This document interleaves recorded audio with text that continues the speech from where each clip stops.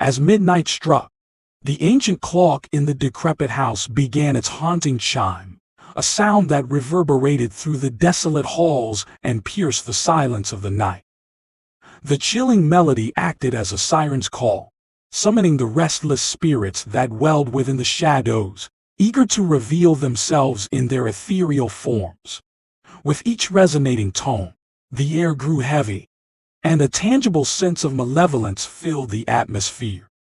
The once docile shadows on the walls now writhed and contorted, taking on twisted shapes that danced in macabre delight. Wisps of darkness slithered across the cold, stone floor, their eerie movements resembling spectral serpents slinking through the darkness. Whispers, barely audible yet undeniably present, echoed through the desolate halls. The disembodied voices carried a weight of anguish and despair, their haunting words intertwining with the tendrils of fear that gripped the hearts of those unfortunate enough to witness the scene.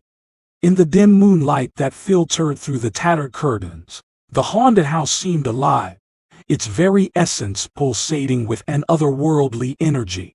Doors, long untouched by human hands, groaned and creaked open, revealing their secrets to the world. As if possessed by unseen forces, the heavy oak barriers swung wide, exposing the macabre spectacles that awaited within.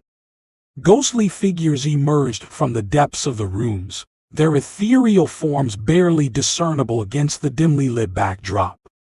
The phantoms, their features distorted and obscure, appeared both familiar and alien, casting an unsettling pall over the onlookers. Some wore the attire of a bygone era, their garments tattered and faded, while others bore the wounds and scars of a violent past. Eyes devoid of life glowed with an eerie light, their gaze penetrating the souls of those unfortunate enough to meet their spectral stare. Fear clutched at their hearts, an icy grip that threatened to consume their very essence. They realized with dread that they were never truly alone in this house. It was a dwelling that harbored the remnants of lives long gone, trapped in a limbo between the worlds of the living and the dead. The spirits, imprisoned within these decaying walls, sought solace in tormenting the living, their ethereal existence sustained by the misery they inflicted. The house itself seemed to possess a malevolent sentience, whispering secrets that only the spirits could comprehend. Its decaying walls exuded a palpable malevolence, a dark energy that seeped into the bones of those who dared to venture too close. The air grew thick with anticipation, as if the house itself reveled in the torment it wrought upon its unfortunate inhabitants. Every step taken within the haunted halls was accompanied by a symphony of foreboding sounds. The soft rustling of curtains, the mournful sighs carried by the wind, and the ominous groans of the decaying structure merged into a haunting melody that resonated through the night. It was a song that spoke of unspeakable horrors, of restless spirits trapped in eternal anguish. The living, mere mortals caught in the grip of this supernatural nightmare, knew not how to escape this realm of darkness. They were at the mercy of the unseen, their every move observed and manipulated by forces they could not comprehend.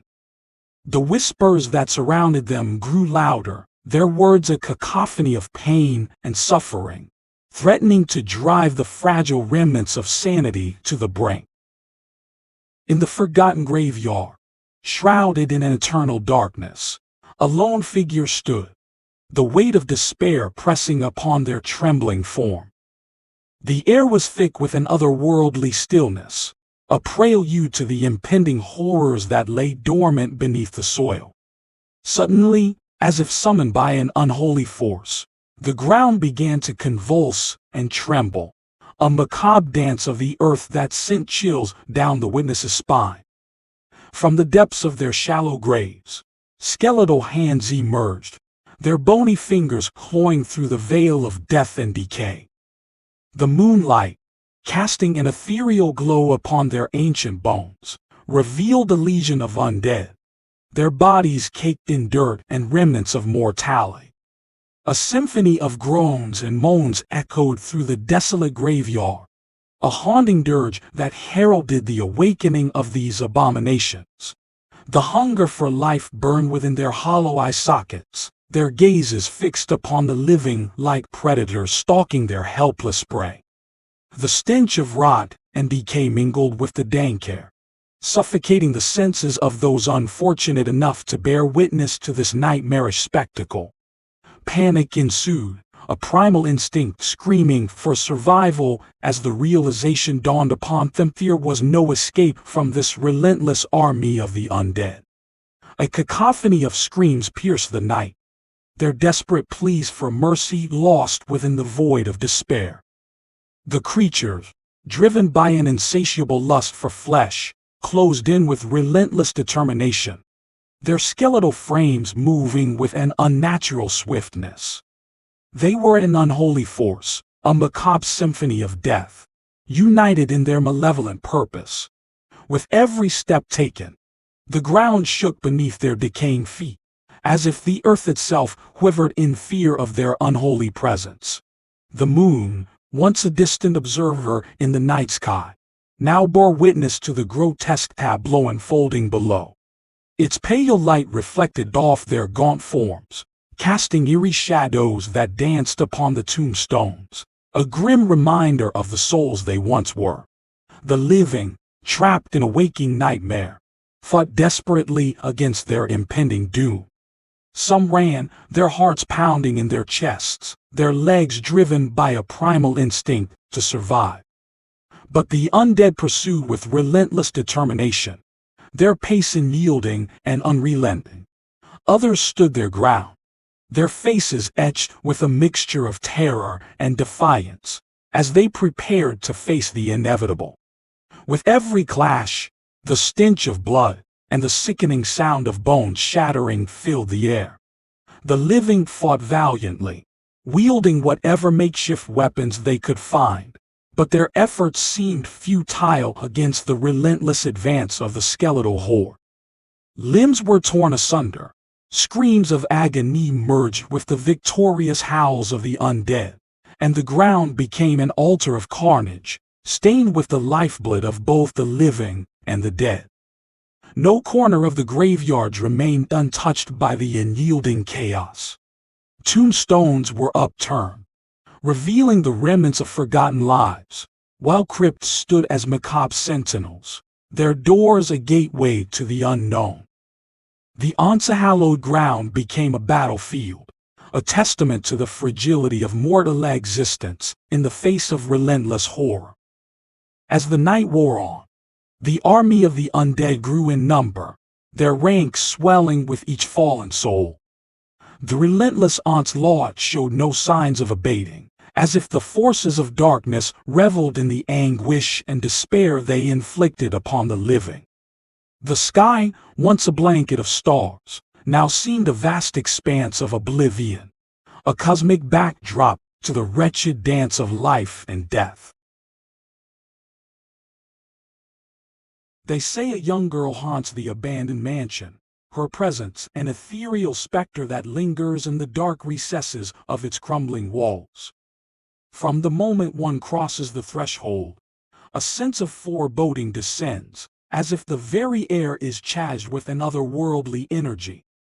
Whispers of her existence permeate the surrounding town, a tale whispered in hushed tones, passed down through generations. If one listens closely, in the dead of night, they can hear her mournful cries, a haunting melody that pierces the silence and echoes through the empty corridors. Her voice, tinged with sorrow and longing, carries the weight of a tragic tale yet untold. It is a sound that chills the soul, a lamentation that resonates within the depths of those who dare to listen. The abandoned mansion becomes her prison, a purgatory in which she dwells, forever trapped in the realm between the living and the dead. Time is but a fleeting concept for her tormented spirit, as the years blend together in an eternal haze of solitude and despair. Her innocence, stolen by an unknown fate, fuels her restless presence, yearning for solace that can never be found. To those who dare to enter her domain, a palpable sense of unease settles upon their shoulders. The atmosphere shifts, thick with an unsettling chill that seeps into the very marrow of their bones.